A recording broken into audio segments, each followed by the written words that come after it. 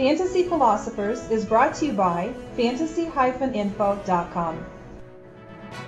Marcedes Lewis is a guy that's just talented enough to not be relevant in fantasy football, really. As last season, he saw his total catches go down, yet amazingly, he did have a ridiculous yard per catch of over 16 yards a catch. So that was really nice to see, but he's always had problems pretty much as a touchdown guy, just doesn't get enough of that. David Garrard, there is a high need on this team outside of Mike Sims-Walker for someone to step it up in the passing game. If Garrard, his starting career may be on the line this year, I know there was discussion about the team maybe looking for another quarterback to come in and challenge him. There was talk also about Tim Tebow maybe being selected on this team. That didn't happen.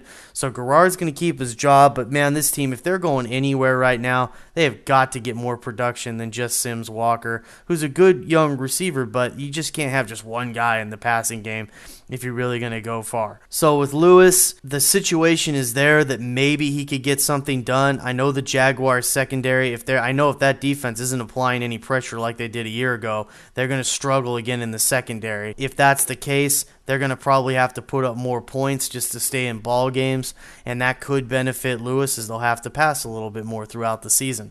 But again, I just don't know if Lewis is going to be a guy that's going to get enough production. And, if he was a guy maybe getting around 5 to 7 touchdowns every season with the yardage that he gets, then he would definitely be somebody maybe worth stashing that had a little bit of upside because of the situation this team is in right now. But other than that, he just doesn't get those touchdowns. So really, I'd stay away from him. But if this team, if David Garrard is having a really nice season and they are throwing the ball a lot because of the situation, again, they could be in, then maybe Lewis is worth rolling the dice on as we move deeper into the season.